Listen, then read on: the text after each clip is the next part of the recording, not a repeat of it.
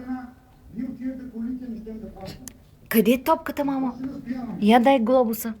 Още края на месец септември, заедно с управленската програма, да видим точно